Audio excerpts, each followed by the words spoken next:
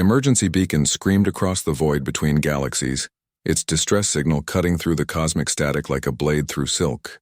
Commander Barris of the Terran Defense Force received the transmission while conducting routine patrol near the disputed borders of the Zephyrian Empire. The coordinates led to a barren moon on the edge of known space where no sentient life should exist. Control, this is Falcon 7. I'm investigating an emergency beacon on Moon Kappa 391. Readings show... That's impossible. Barris frowned at his scanner display. The energy signature was unlike anything in human databases. Organic yet technological, ancient yet somehow alive. His ship touched down on the crater-scarred surface, and through the viewport he saw her.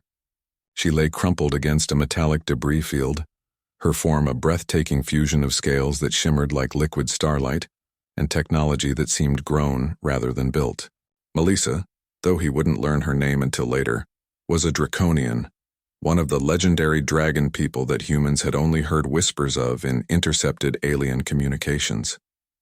Her kind was said to be extinct, wiped out by the Zephyrian Empire 3 centuries ago. Barris grabbed his emergency medical kit and cycled through the airlock. The moon's thin atmosphere would support human life for a short time, but whatever had crashed here was clearly dying. As he approached, her eyes, deep amber flecked with gold, tracked his movement with intelligent awareness. "Stay back, human," she whispered, her voice carrying harmonics that resonated in his chest. "My biosystems are failing. The radiation from my ship's core, it's too late for me." But Barris had spent 15 years pulling impossible rescues from the jaws of death. He'd saved crews from black hole event horizons and nursed colonists back to health from xenoplagues that the medical texts said were incurable. The word impossible had been surgically removed from his vocabulary during his first year in the Defense Force. He pulled his helmet off and threw it to the ground, the gesture sending it bouncing across the low-gravity surface.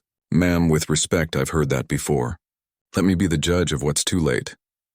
Melissa tried to laugh, but it came out as a pained wheeze. "Your species' stubbornness is legendary throughout the galaxy. Is it true that humans once declared war on an entire star system because they were told their coffee wasn't good enough?" "That was a diplomatic misunderstanding," Barris said, already running his medical scanner over her injuries. The readings were unlike anything he'd seen. Her biology was a seamless integration of organic tissue and quantum crystalline matrices. "And our coffee really is that good." The scan revealed the problem. Her internal fusion reactor, the source of her species' legendary longevity and power, was in critical overload. Radiation was cooking her from the inside out, and the crystalline matrix that served as her nervous system was fracturing under the energy cascade. "See, impossible," Melissa said, noting his expression. "Even if you had a full medical facility, the biotechnology required to treat draconian physiology doesn't exist anymore." My people took those secrets to their graves. Barris studied the readings, his mind racing. Humans might not have draconian medical technology, but they had something else, the stubborn refusal to accept limitations. "Your fusion reactor is overloading because the quantum crystals can't handle the energy output anymore, right?" "Correct. The Zephyrian weapons damaged the regulation matrix. I have perhaps an hour before complete cascade failure." "What if we didn't try to fix the regulation matrix?" Barris asked, already pulling components from his toolkit. "What if we gave the excess energy somewhere else to go?" He began connecting his ship's emergency power cells in series, creating a makeshift energy sink. It was insane. One wrong connection and the feedback could kill them both. But Melissa watched with growing amazement as Barris worked with the focused intensity that had made human engineers famous across 3 sectors. "You're trying to create an external energy bleed," she realized. "But human technology operates on completely different principles than draconian biotech."